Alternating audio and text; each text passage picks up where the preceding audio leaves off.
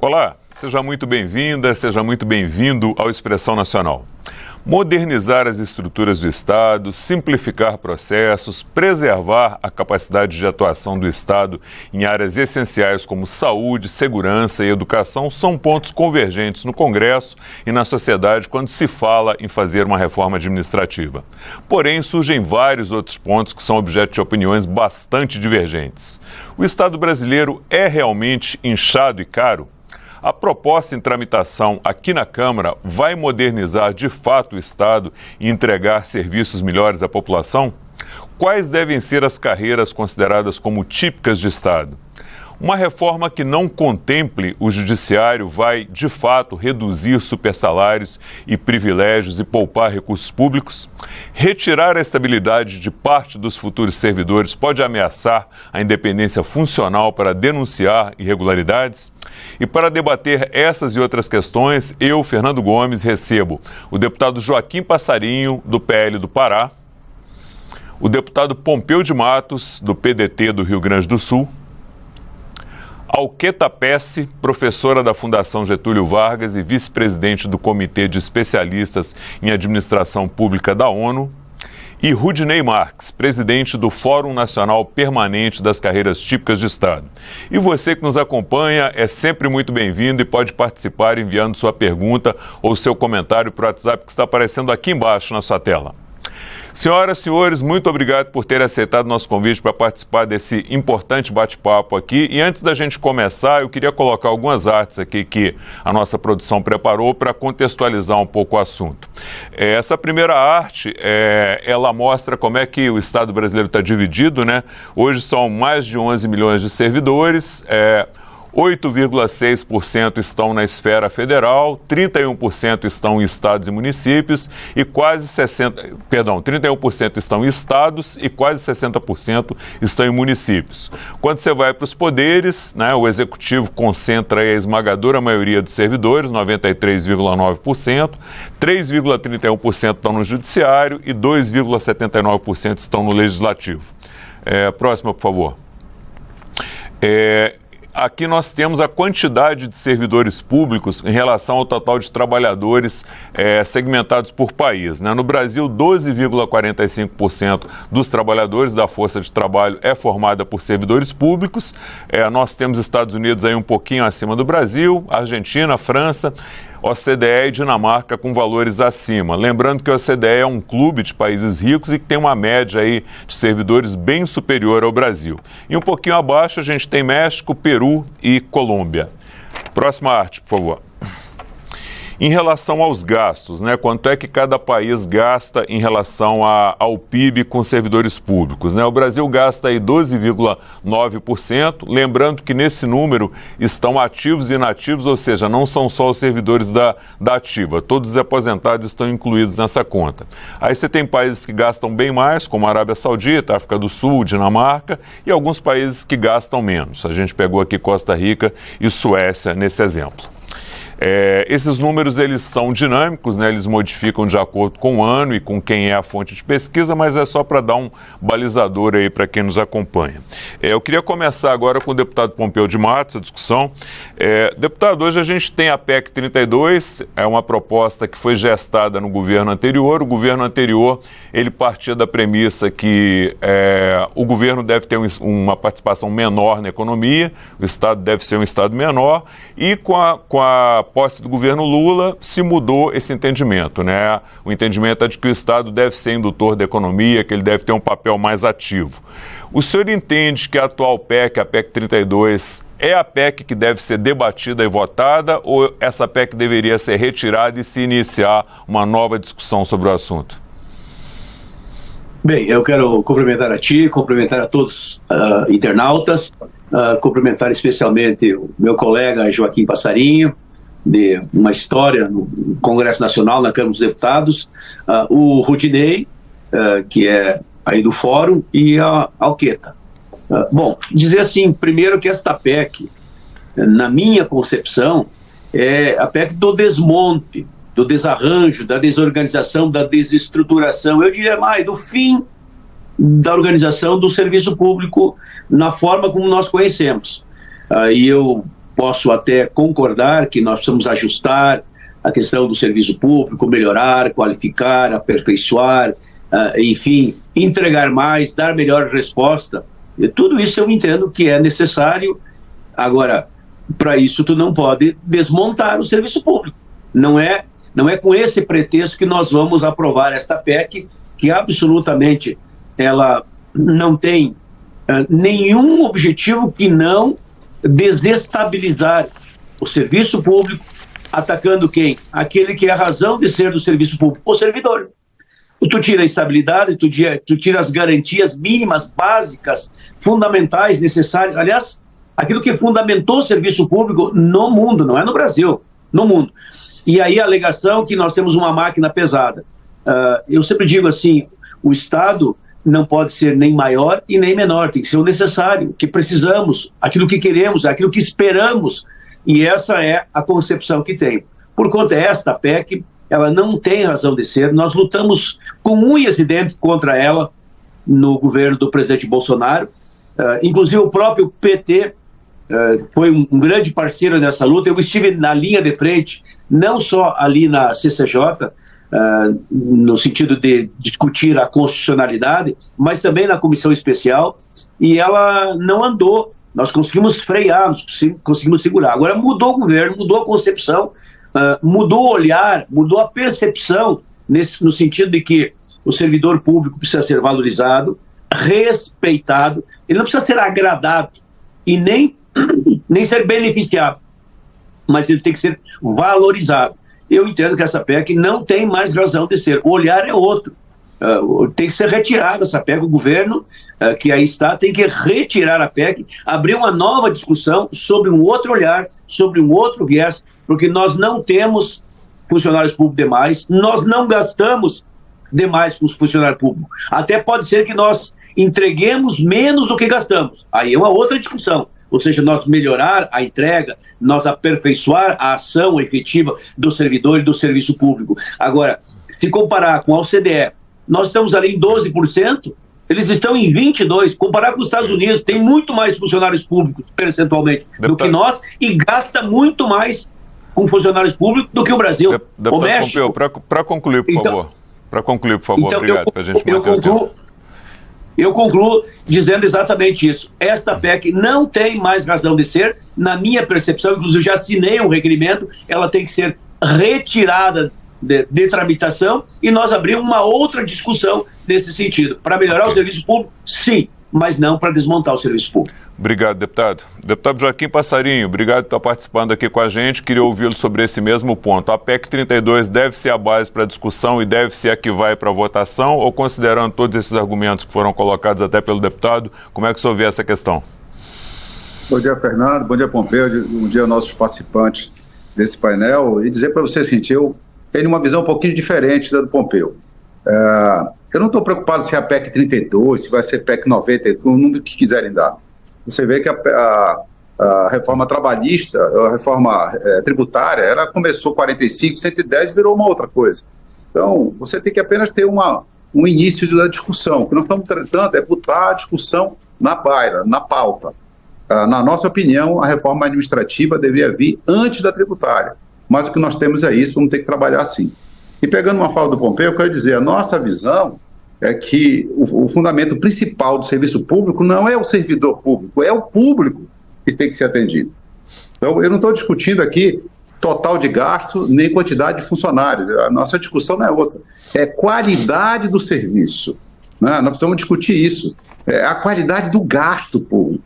É isso que nós precisamos entender. Eu acho que a reforma não tem que procurar diminuir o número de servidor, pagar menos servidor, não é isso. Nós queremos pagar mais.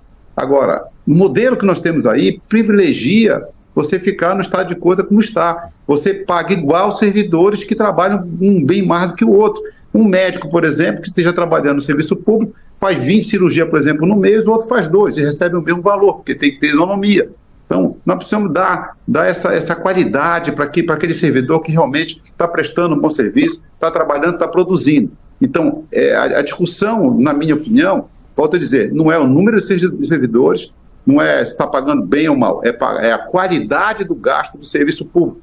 O serviço público é criado para servir ao público e não para servir ao servidor público. Tá? Nós temos muitos servidores públicos excelentes, a grande maioria até, eu diria, mas nós estamos tendo dificuldade de manter o padrão porque alguns poucos servidores não fazem o serviço direito e acabam puxando o nível do serviço público oferecido para baixo. Ok, obrigado, deputado.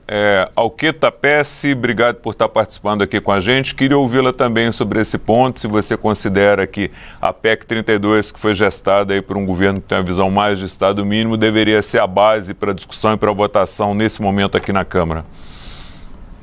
Bom dia, Fernando. Bom dia a todos, meus colegas da discussão, senhores deputados, Rudinei.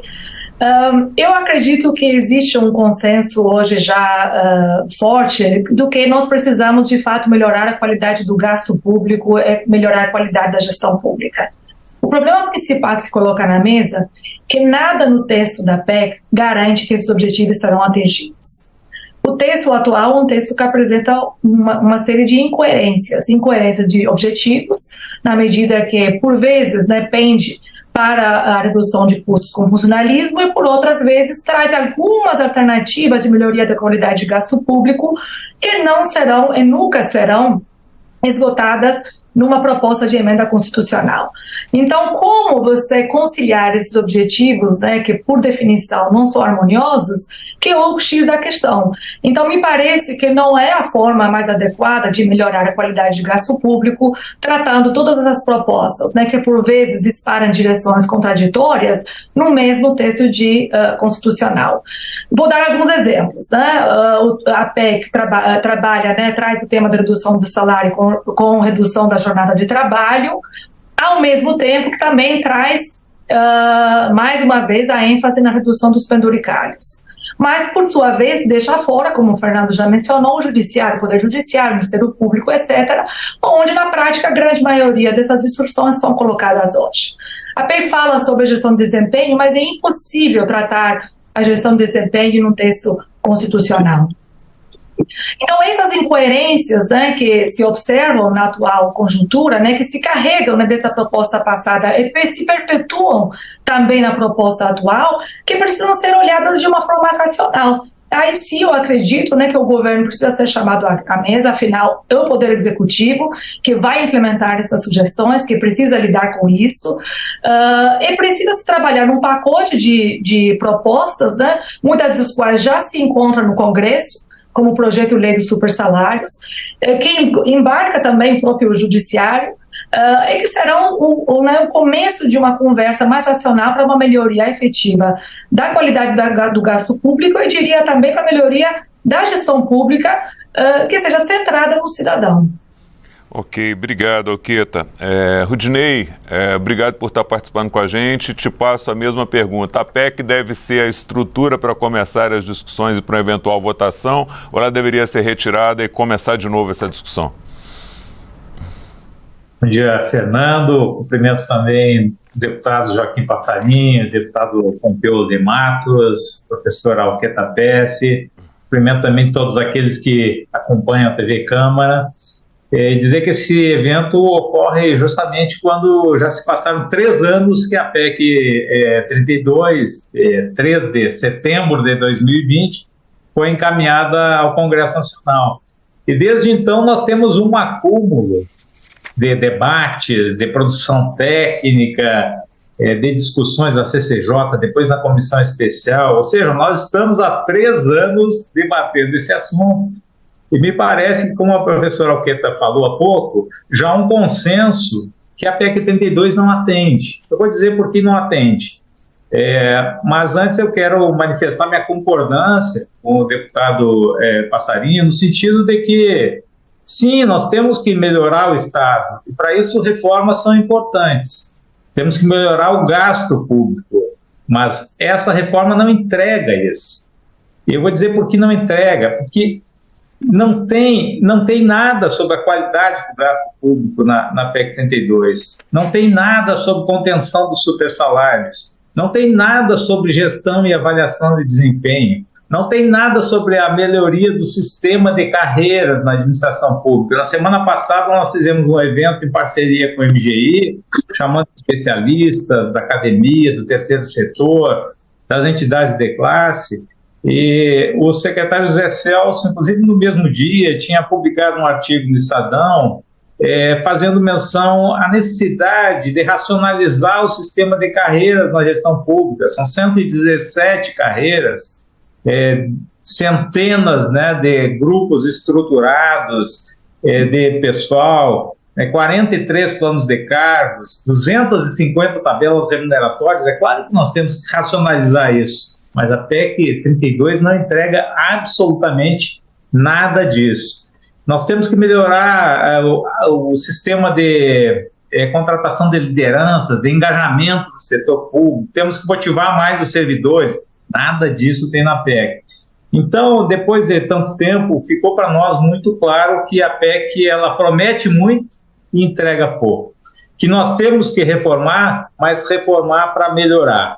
E podemos fazer isso a partir de uma integração de entidades de classe do funcionalismo, de parlamentares, da academia, pesquisadores, terceiro setor, e é isso que nós estamos tentando fazer em parceria com o MGI. Fizemos, como eu disse, esse primeiro evento na semana passada, a ideia é fazer um evento por mês. O próximo vai tratar de gestão e avaliação de desempenho, e assim nós vamos seguir, para construir uma proposta mais robusta, uma proposta que realmente atenda os anseios da sociedade com um serviço público melhor, mais efetivo e que realmente faz as entregas que nossa população merece. Ok, obrigado, Rudinei. Vamos começar agora pelos especialistas, voltando aqui. Eu vou voltar com a Alqueta de novo. Alqueta, se fala muito que o Estado é inchado, que ele não presta um bom serviço público. Você concorda com essa posição? E queria perguntar também o seguinte, onde é que a gente deve começar a atacar esses problemas aí para fazer uma reforma administrativa? Executivo, legislativo, judiciário? Onde é que está o principal problema na sua avaliação? Por onde deveria começar realmente? Com certeza, a questão sobre se o Estado está ou está inchado é uma questão que já deveria estar superada. Porque jamais vamos conseguir responder essa pergunta de forma objetiva. Os dados vão ser utilizados com muita subjetividade a partir de perspectiva da audiência que se coloca, né? O Estado brasileiro é um Estado bem estruturado se a gente comparar com pares da América Latina ou no mundo em desenvolvimento. E provavelmente não entrega mesmo a qualidade de serviço para a população se a gente comparar com os países de OCDE, né, outros países desenvolvidos do mundo. Esse é um problema. O Rudinei já listou uma série de problemas que buscam resgatar a racionalidade do Estado administrativo brasileiro, que no meu entender, né, que realmente peca, né, dessa falta de racionalidade administrativa, excesso de legalismo, excesso de regras, né, que se impõem no dia a dia da gestão pública e que acabam atrapalhando o trabalho do gestor, desviando o foco dele na busca por resultados, né, e tornando um trabalho de natureza procedimental, legalista, né, que busca simplesmente cumprir regras de jogo, né? O trabalho o projeto do super salário já vai tratar os desvios, né, já vai resgatar a legitimidade no serviço público muito melhor que a PEC. O trabalho sobre as carreiras, sobre a sobreposição de carreiras, sobre as diferenças salariais que já existem no serviço público brasileiro e que alimenta também o corporativismo de várias carreiras de elite, é urgentíssimo. O debate que o governo já começou com o novo perfil do concurso público é mais do que bem-vindo, é necessário, é urgente. A primeira medida que o governo tomou, eu considero uma medida de muito maior impacto do que se propõe na atual PEC. Essas são apenas algumas das medidas que podemos mencionar que têm como objetivo resgatar essa racionalidade e melhoria de gestão da qualidade do gasto público. Ok, obrigado. Rudinei, até para complementar a sua fala, para você ir um pouquinho mais a fundo aí, onde é que estão os principais problemas do serviço público na sua avaliação? Executivo, legislativo, judiciário, por onde que deve começar aí esse ataque aí na reforma administrativa? Primeiro, Fernando, nós temos que fazer uma discussão que não foi feita ao longo desses 3 anos de tramitação da PEC 32. Que Estado queremos? né? É um Estado que vai atender às demandas da população na área da saúde, da educação, da assistência social, da segurança pública. Se é esse Estado, e me parece que o projeto que foi vitorioso nas urnas é um Estado que pretende entregar esses serviços e de boa qualidade à população, nós vamos ter um Estado, né? E à luz dessa reflexão, desse debate, que nós temos que trabalhar. Sem dúvida, temos muito a avançar, né? Não é na redução do quantitativo de servidores que eu quero retomar aqueles números iniciais. Nós temos hoje quase a metade dos servidores públicos que tem a OCDE. Então, não é reduzindo o quantitativo. Também, em termos de remuneração, aquele número relativo ao gasto de pessoal com PIB, nós temos hoje na União o menor gasto de pessoal com PIB da série histórica. Então, não é cortando salários. Como nós podemos melhorar? O professor Alqueta já foi feliz. Nós estamos discutindo uma nova forma de ingresso, que possa medir não só a capacidade de responder questões objetivas, mas que possa avaliar competências. Quer dizer, aquele servidor que está entrando, ele está preparado para fazer as entregas naquela área de prestação pública? Se está, é bem-vindo. Se não, não deveria nem entrar. Então, a melhoria dos ingressos, a questão dos supersalários é um problema, sim, porque isso pode remeter a uma questão de que existe privilégios indiscriminados no setor público, quando não é verdade. Nós temos só 2,3% de excessos, né, de gastos individuais, né, ou de pagamentos de pessoal acima do teto. Isso tem que ser, deve ser, precisa ser contido. Nós defendemos, né, o projeto dos supersalários logo que ele começou a tramitar no Senado em 2016. Essas imoralidades elas têm que ser combatidas, mas a PEC 32, volto a dizer, ela não entrega absolutamente nada disso, né? Então, sim, nós temos pontos que melhorar, que avançar. Já foi feita, professor Alqueta, uma outra revolução silenciosa no serviço público com a introdução do PGD, que é o Programa de Gestão por Desempenho. Ou seja, com a pandemia se adotou métricas para avaliar produção e teletrabalho, e hoje a maioria dos órgãos, sobretudo os que acompanham em nível federal, tem essas métricas. Quer dizer, o servidor tem que fazer as entregas, independente do horário que ele esteja, né, na repartição, em casa, ele tem que fazer aquelas entregas. Então, isso pode ser aperfeiçoado e nós trabalharíamos aí em cima de desempenho, de entregas efetivas para o Estado. Então, tem sim muito o que avançar e a gente precisa, né, trabalhar juntos aí de forma convergente para buscar esses pontos de melhoria. Obrigado, Dinei. Deputado Joaquim Passarinho, queria ouvi-lo também sobre esse ponto, né? Onde é que se deve realmente começar aí esse ataque em cima da reforma administrativa? Executivo, Legislativo, Judiciário, onde é que estão os principais problemas na avaliação do senhor? Olha, pelo número que você colocou, Fernando, primeiro, 93%, se não me engano, o número que você colocou são da área administrativa. Então, não tem como não falar sobre isso, né? O problema é que as maiores distorções não estão no Executivo, estão no Judiciário. E o subsalário, o projeto está aí, eu participei da comissão que trabalhou sobre isso.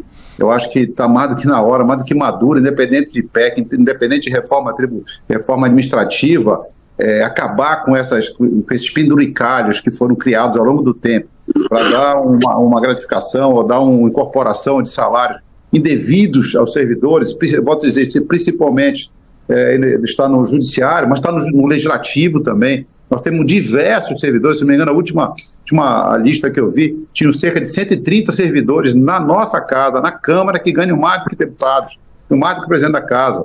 Quer dizer, isso não dá para entender. Você vê listas de juízes, de desembargadores ganhando 160, 130, 180 mil num mês, porque ele foi buscar algo lá de trás, foi buscar algum benefício dado.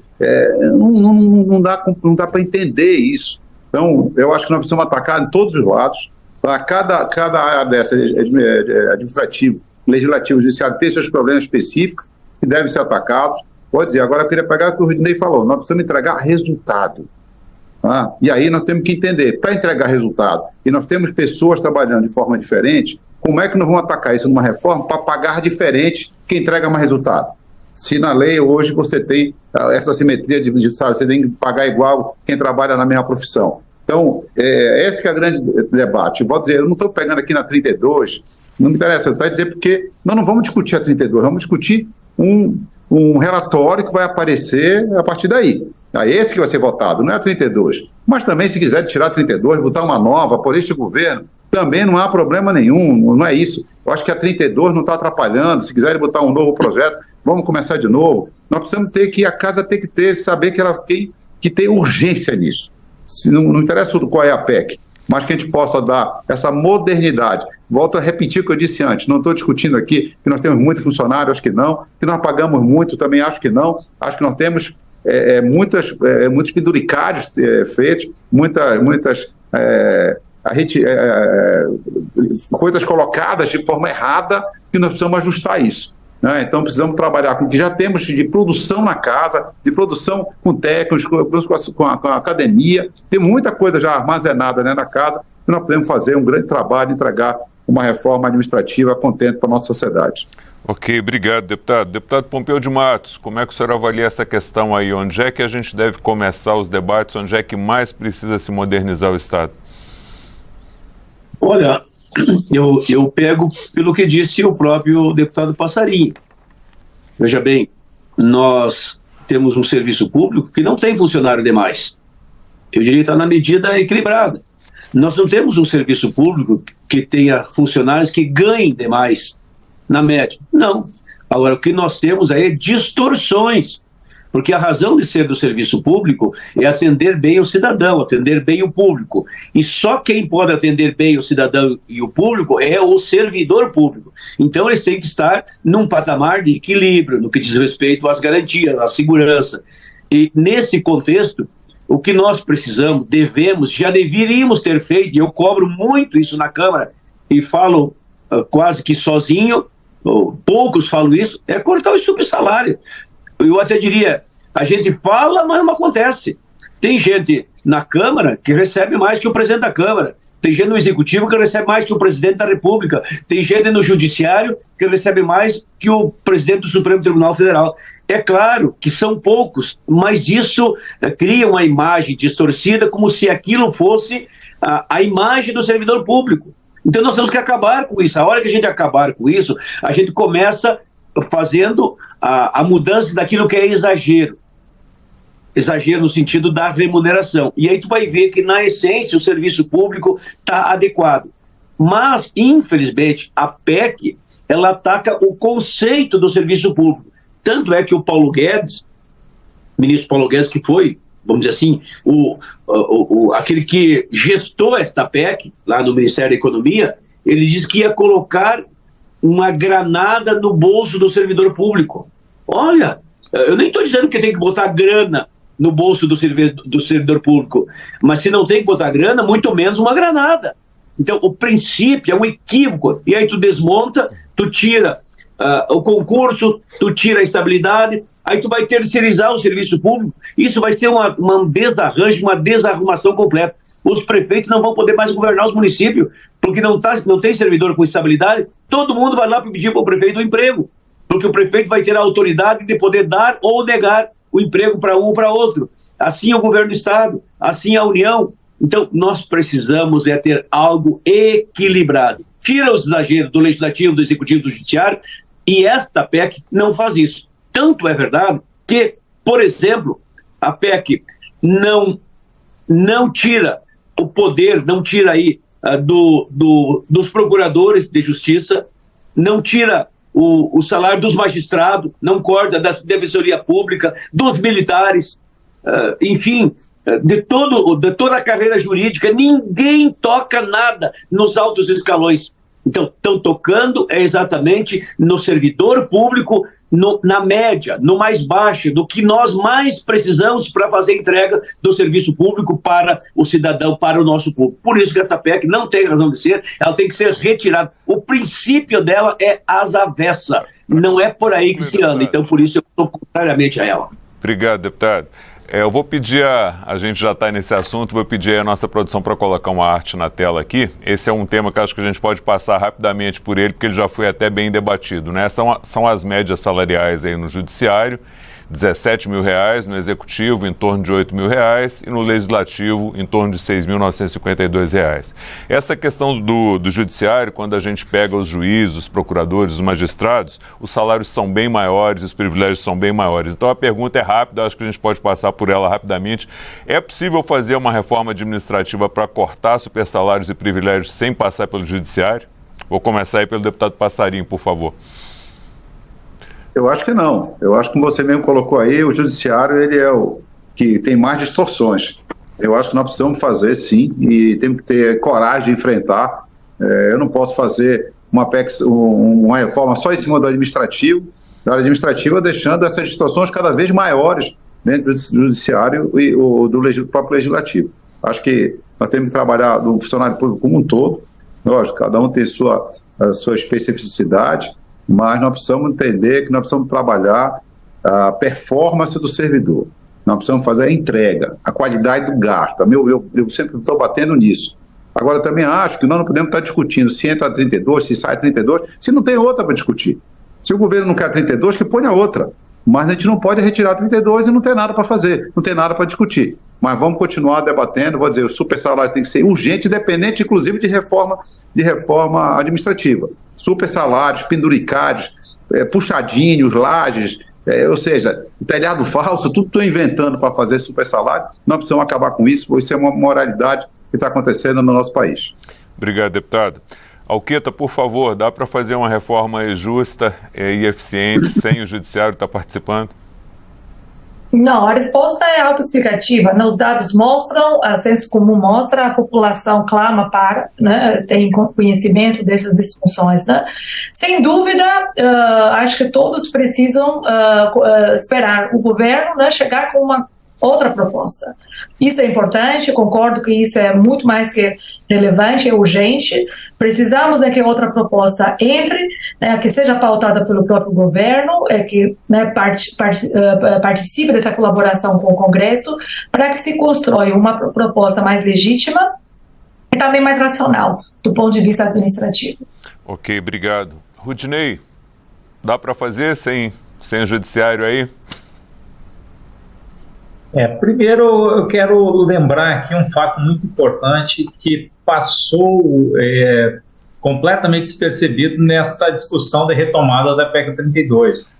Nós tivemos, por conta da negociação salarial com o governo federal em fevereiro e março, a negociação emergencial, nós assinamos no dia 24 de março um termo de acordo com o Estado brasileiro, em que o governo se compromete, lá na cláusula 4ª, a fazer gestões junto ao Congresso Nacional para a retirada da PEC 32. Então, nós assinamos, deputado Pompeu, deputado Joaquim Passarinhos, com o Estado brasileiro, centenas de entidades de classe, um acordo. E esse acordo diz que o governo não ia apoiar a tramitação da PEC, pelo contrário, faria gestões para retirar a PEC. Então, é importante assinalar esse ponto, porque ele mostra que o governo não poderia, a partir da assinatura desse acordo, encaminhar a base dele para a aprovação do projeto. Mas isso não quer dizer que nós não tenhamos que melhorar. Temos que melhorar, sim. O judiciário realmente não está na PEC 32, a questão dos supersalários também não está na PEC 32. Pelo contrário, o projeto já existe, o projeto é infraconstitucional, ele já foi aprovado na Câmara, ele voltou para o Senado Federal e lá está parado. Então, e ele já trata de todos os poderes, ou seja, se queremos pôr fim aos supersalários, acabar com o que se chama privilégios, que existem e devem ser contidos, já tem um projeto pronto para isso, parado no Senado Federal. Ok, obrigado. Deputado Pompeu de Matos, rapidamente também, porque acho que a gente já debateu muito esse tema, dá para fazer essa reforma com justiça sem o judiciário estar participando? É impossível, não tem como, até porque se tu pegares os números, e os números por si só já mostram que o judiciário, ele tem a média mais alta de salário, chega aí 18, 19, 17 mil reais a média de salário do judiciário. O executivo é 8 e o legislativo é 6. Então, a gente já sabe onde é que está a distorção. E essa distorção, na verdade, não é do judiciário em si, é de segmentos do judiciário. Sim. E o projeto do subsalário, o supersalário, mata esse problema. No entanto, nós aprovamos na Câmara o projeto do subsalário, cortando o subsalário, foi para o Senado e lá estão chocando os ovos da ganso, sentaram em cima é uma vergonha que os senadores estão fazendo na questão do projeto do subsalário. Então, não tem como fazer uma mudança nesse conceito se não começar pelo judiciário. E a maneira de começar pelo judiciário é acabar com o subsalário. O subsalário, mais da metade dos supersalários que existem no Brasil estão dentro do judiciário. Então, a metade do problema está lá dentro. E, no contexto, esta PEC, do jeito que está, eu vou dizer para ti, sabe aquela história, pau que nasce torto, não dá mais para endireitar? Essa nasceu torta, cresceu torta e não se endireita mais, só tem um jeito, é extirpar, tirar ela fora. O governo que aí está tem essa obrigação. E eu sou parceiro, já tenho a minha assinatura, tiramos a PEC, vamos discutir sobre um outro olhar, sobre um outro viés, para que a gente possa fazer os ajustes no serviço público, as correções, as adequações, mas não matando o serviço público e nem matando o servidor público, porque aí ao final ao final e ao ponto tu acaba não atendendo o cidadão, a população, que é a razão de ser do serviço público. Obrigado, deputado.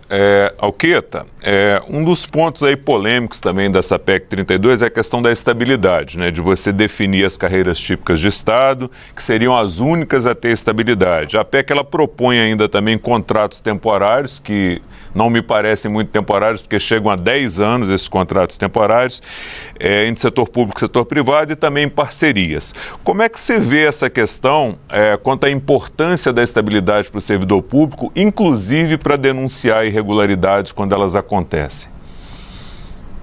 Sem dúvida, a PEC ainda é ambígua, traz receios, né, porque ameaça a estabilidade do servidor na medida que prevê, né, o julgamento de segunda instância e também na medida que amplia o prazo para temporários até 10 anos. A questão dos temporários, embora seja uma questão extremamente importante que seja regulamentada, ela também pode passar por projetos de lei, não precisaria estar na PEC.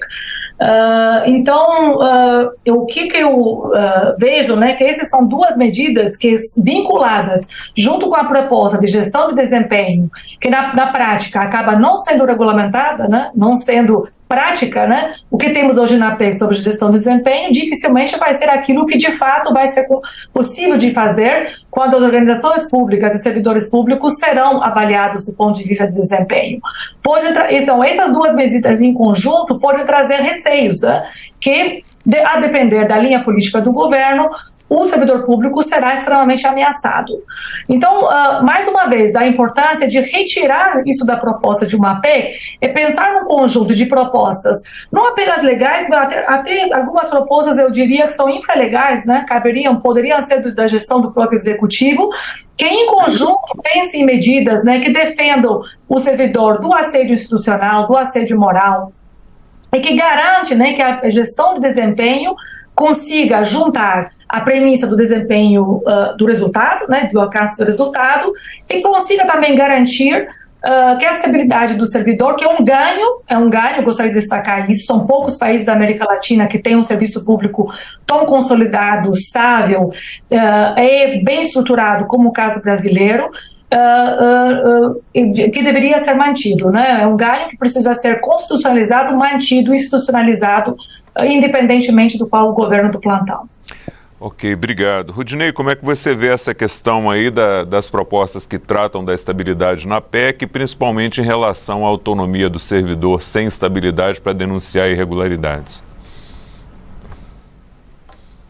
Bom, eu acompanho o deputado Pompeu, né? Pau que nasce torto, morre torto, né? Quer dizer, a PEC, ela vem com esse vício de origem, é insanável. Veja que nós conseguimos tirar, ao longo da tramitação, algo que a PEC endereçava, que chamava vínculo de experiência. Isso significava, lembre que houve uma denúncia da jornalista Miriam Leitão, que os governos poderiam trazer para dentro da máquina pública em torno de 1 milhão de cargos de comissão sem qualquer vínculo com o serviço público. Isso na União seriam 100 mil cargos em comissão, e replicado em estados municípios poderiam chegar a 1 milhão.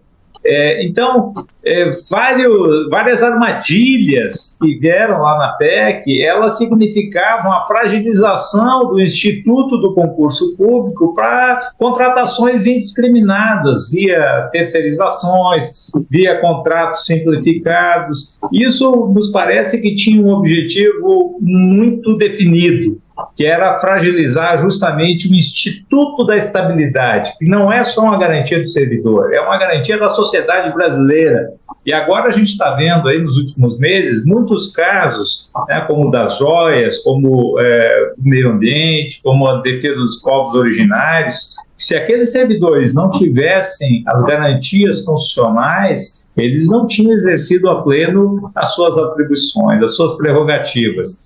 Então, a estabilidade para nós é algo assim que é intocável, sabe? É um ponto assim de defesa do Estado brasileiro, que é um Estado que tem um serviço público que não pode ser menosprezado em relação a serviço público que nós temos em países desenvolvidos. Tá? Nós temos um serviço público que faz grandes entregas à população, vejamos o caso do PIX, vejamos o caso da Receita Federal, né? Com a automação, a digitalização do próprio imposto de renda. Eu poderia aqui dar N exemplos que mostra que o serviço público brasileiro é um serviço público que merece respeito e que precisa se orgulhar das suas entregas, né, ao país. Nós temos agora, só um último exemplo, o Tesouro Nacional trabalhando nos títulos públicos sustentáveis. Vejam isso, que vai revolucionar, né, a captação de recursos no Brasil. O Brasil que hoje passa a ser uma referência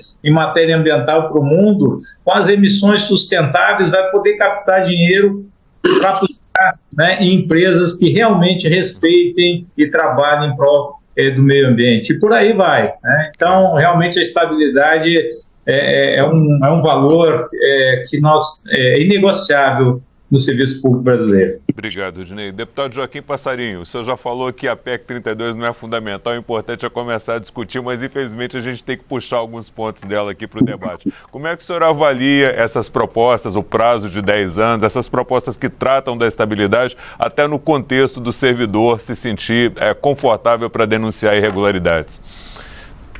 Olha, eu acho que nós temos que discutir muito isso. O Rudinei citou um dado agora que fica mais preocupante ainda. O governo fez um acordo de retirar mandar outra proposta desde março. Nós entramos em setembro e o governo não retirou. A PEC é do governo. Por que o governo não retira a PEC? Por que o governo não apresenta algo? Eu entendo que o que é o vencedor da urna é algo diferente do que está ali na PEC. Mas nós precisamos nós não podemos simplesmente ficarmos discutindo durante 10 anos uma PEC e não andar, porque não foi apresentada por esse governo. E eu acho que nós temos que entender que as mudanças para acontecer, elas vão ferir algumas coisas. Nós estamos fazendo uma mudança agora na tributária que está trazendo muito receio. Mas não existe mudança. Ninguém faz omelete sem quebrar ovo. Agora, eu não posso achar que vamos deixar como está.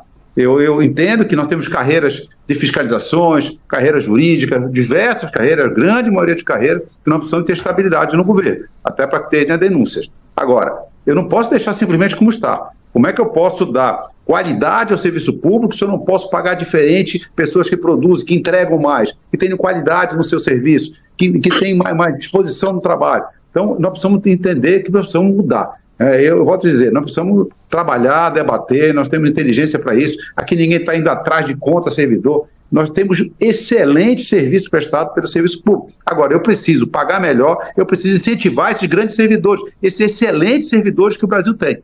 Agora, eu não posso continuar do jeito que está, onde eu igualo um excelente servidor que entrega, que tem produtividade, quanto alguém que está apenas passando o tempo ali e trazendo o serviço para baixo. Essa diferenciação é que é o importante que a gente possa fazer em qualquer reforma do Estado, para que a gente possa trazer eficiência no gasto público para dentro do setor público. Obrigado, deputado. Deputado Pompeu de Matos, como é que o senhor avalia essa questão aí da estabilidade em uma futura reforma ou dentro da PEC 32 nessa discussão? Olha, eu entendo que a questão da estabilidade é uma condição sine qua non. Ela é da essência, ela é fundamental para o serviço público. E se tu fores olhar o judiciário, por exemplo, o juiz tem 3 estabilidades. Ele tem a garantia de emprego, ele tem garantia de salário e inamovibilidade. Ele não pode ser transferido de um lugar para outro. Ele tem as 3 garantias. O serviço público tem uma dupla garantia. Ele pode sair de um setor para outro, enfim, isso pode, mas não pode diminuir o salário e não pode ser demitido, a não ser com devido processo legal. Então, eu entendo que tu pode ajustar essa questão da estabilidade, garantindo o emprego, e tu pode trabalhar essa questão salarial. E eu digo isso, sabe por quê? Porque eu sou funcionário do Banco do Brasil, e no Banco do Brasil é assim. Então, se o governo quiser buscar um modelo de mudança que possa ser feito no serviço público, lá no Banco do Brasil, há 20 anos é assim. Tu tem a garantia de emprego, tu tem a garantia a estabilidade do emprego do Banco do Brasil, e olha que lá é CLT, mas tem a garantia de emprego, e pode ser estatutário, eu diria assim, desde que esteja a garantia. E no Banco do Brasil, essa questão salarial, cada um tem uma FG em função do cargo que ocupa, da função que desempenha, da capacidade que exerce as suas funções. O Banco do Brasil tem um bom modelo que pode ser aproveitado para o governo, para uma discussão, mas não nessa PEC. Lá no Banco do Brasil mantém-se a estabilidade do emprego e dá as garantias de salário digno e cobra resultado. O Banco do Brasil faz isso há 20 anos. Nós podemos fazer isso em todo o serviço público. Agora, o que nós não podemos, de jeito nenhum, é tirar a estabilidade do servidor público. Essa é a garantia que dá ao servidor para que ele possa ter autoridade, autonomia, para que ele possa defender o serviço público, a retidão, a honestidade do serviço público prestado, enfim, a fiscalização que precisa ser feita por dentro. Ou seja, o servidor público que tem estabilidade no serviço público, ele é um guardião do serviço público, como tal, ele tem que permanecer. É como eu vejo. Ok, deputado, obrigado. Alqueta, eu vou com você agora. Eu queria trazer um caso, alguns números que a gente apurou aqui. No início do governo Bolsonaro, o governo tinha 1.090.000 servidores no Executivo Federal. No fim do governo, esse número se reduziu para cerca de 900.000 servidores. Foi uma redução de mais ou menos 20%. Ela foi sendo feita à medida que você não supria os cargos que iam ficando vagos por aposentadoria ou doença. Isso afetou principalmente a área ambiental, saúde, de educação e previdência, né? Quem é contrário a essa reforma argumenta que foi uma espécie de reforma que foi sendo feita sem debate, com foco apenas na redução de custo e que prejudicou muito a população, principalmente a população mais carente. Como é que você avalia essa colocação? Eu avalio por um outro prisma. Eu avalio como um reflexo do projeto político do governo Bolsonaro. Porque são exatamente as áreas críticas que eram para as quais o governo tinha uma pauta contrária, como a área de meio ambiente, que se deu como exemplo, a área de saúde, onde o governo explicitamente se colocou de forma contrária a políticas públicas de ponta, a colocar o Brasil no caminho de sustentabilidade. Enfim, vários exemplos que eu não gostaria de resgatar aqui nesse pouco tempo, que foram as áreas mais abaladas. E isso é exatamente o argumento da estabilidade. Então, qualquer governo, as pesquisas demonstram isso, qualquer governo tem capacidade, tem discricionalidade de mudar a qualidade e a quantidade de força do trabalho de acordo com seus objetivos políticos. Parece difícil para qualquer governante que assume o poder que a burocracia estável responda aos seus anseios políticos. Mas na prática existem N instrumentos que sejam constitucionais ou não constitucionais. Existem formas de assédio, formas de discriminação, formas de pedir para sair, do serviço público que o governante que está no poder consegue exercer. Então, jamais podemos subestimar o efeito dessa convergência ou não convergência da ideologia do governante que está no poder com a estabilidade e continuidade de serviços públicos. Eu acho que esse é o X da questão. E isso que preocupa quando isso aconteceu mesmo nas condições atuais da estabilidade. Então, se não tiver essas garantias, como que seria o impacto dessas medidas? Ok, obrigado.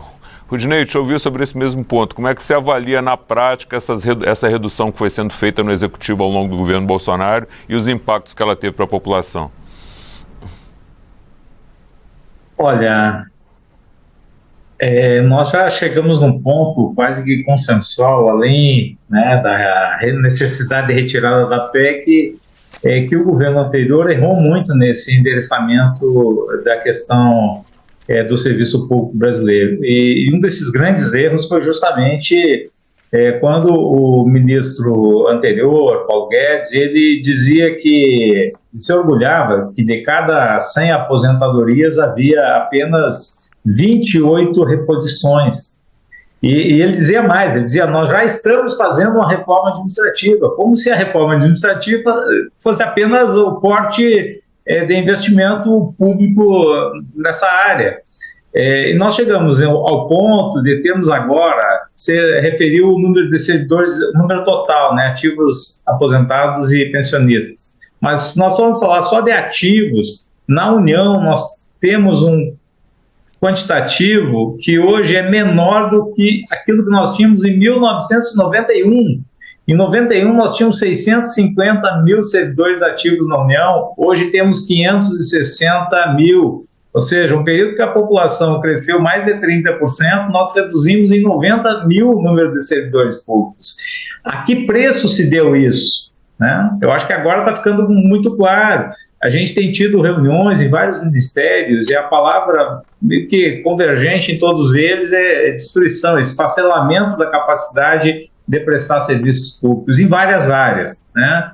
Do MGI ao meio ambiente, a defesa dos povos originários, enfim, viram que agora foi autorizado um grande concurso para a área dos auditores fiscais de trabalho, se não me engano são 800 vagas. Por que isso? Porque desde o governo Temer houve um estrangulamento da capacidade de atuação do Ministério do Trabalho. E veja que diminuíram, inclusive, as equipes volantes que cuidam do trabalho escravo, análogo à escravidão. Veja o custo dessa redução de pessoal no âmbito federal. Então, nós temos que reverter, eu acho que já foram anunciadas várias medidas aí que mostram que o MGI está focado agora em reconstruir aí as capacidades estatais e voltar a operar a pleno em várias áreas. Obrigado, Rudinei. Deputado Joaquim Passarinho, por favor, como é que o senhor viu aí essa redução aí no serviço público ao longo do último governo e os impactos que ela pode ter trazido aí para a população, em especial para a população mais carente? Você falou, cada governo tem a sua forma de pensar o serviço público. O ano passado botou, desde o ano de 2020, uma nova forma de como ele queria tratar o servidor público. E ele acabou, uma questão do próprio governo, e evitando as novas contratações que ele queria fazer pelo novo modelo. Eu não estou aqui defendendo o novo modelo encaminhado. Eu acho que todo mundo encaminha e os debates no Congresso Nacional têm que existir. Eu volto a bater sempre na mesma tecla. Simplesmente deixar como está, a estabilidade como está, o ingresso do serviço como está, a dificuldade de se tirar um mau servidor para fazer um PAD judicial, leva 10 anos, 20 anos, nunca sai. Eu acho que nós precisamos ter um mecanismo de privilegiar o bom servidor, que é a grande maioria. Eu volto a insistir, a grande maioria. Eu não posso nivelar por baixo. Nós temos que liberar por cima, não liberar pelo bom servidor, pela qualidade do gasto, a qualidade do servidor, que ele preste o serviço na ponta.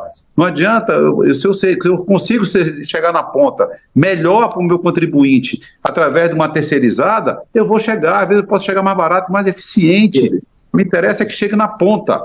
O serviço público, ele tem uma finalidade, de chegar no cidadão. E essa que é a ideia que nós temos que fazer, buscando, logicamente, o entendimento em todas as esferas de pensamento diferentes. Volto a dizer, qualidade do gasto. Ok, muito obrigado, deputado. Deputado Pompeu de Matos, como é que o senhor avalia aí essa diminuição do executivo aí pelo governo Bolsonaro ao longo dos últimos 4 anos e os impactos para a população?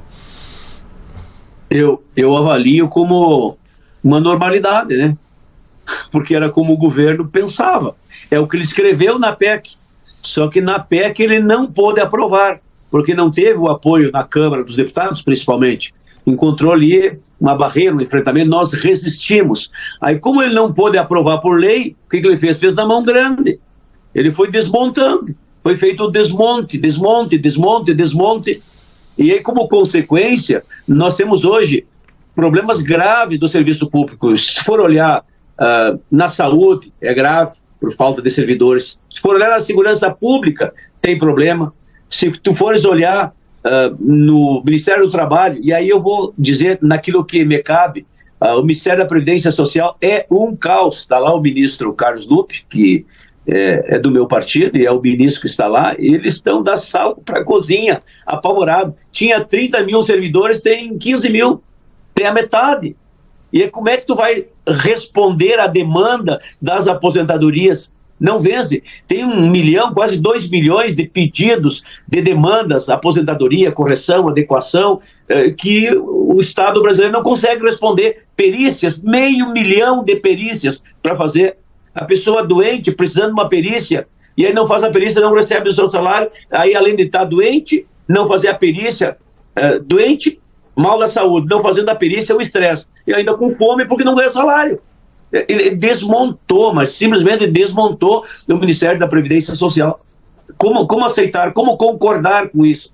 Então, o governo do presidente Bolsonaro não gostava de servidor público, de funcionário público, não gostava. Então, especialmente o Paulo Guedes, ao ponto que eu repito, que ele dizia que ia botar uma granada no bolso do servidor público. Como é que alguém pode, um ser humano, dizer que vai botar uma granada para explodir no bolso de um outro ser humano? Ainda mais um servidor público que está ali para trabalhar. Então, eles desmontaram, fizeram esse desmonte. Agora nós temos que rearranjar, rearrumar, mas isso leva tempo e alguém paga essa conta. E quem está pagando essa conta é o cidadão, é o aposentado, é o aposentando, é quem quer se aposentar, quem precisa se aposentar, é quem está doente, quem precisa de uma perícia. Todo esse pessoal está sofrendo. E tudo por conta de que o governo anterior fez esse desmonte do serviço público, diminuindo o número de servidores. Ok, obrigado, deputado. Infelizmente, eu não vou poder dar 1 minuto para as considerações finais aí, porque o debate foi muito acalorado e a gente estourou o tempo. Mas queria agradecer muito aí, deputado Joaquim Passarinho, obrigado pela participação. Deputado Pompeu de Matos, muito obrigado. Alqueta Pesce, professora da FGV e vice-presidente do Comitê de Especialistas em Administração Pública e da ONU, muito obrigado. Rudinei Marques, presidente do Fórum Nacional Permanente das Carreiras Típicas de Estado, muito obrigado. A você que nos acompanha, muito obrigado pela sua audiência. Eu sou Fernando Gomes e a gente se vê em uma próxima edição do Expressão Nacional. Até mais.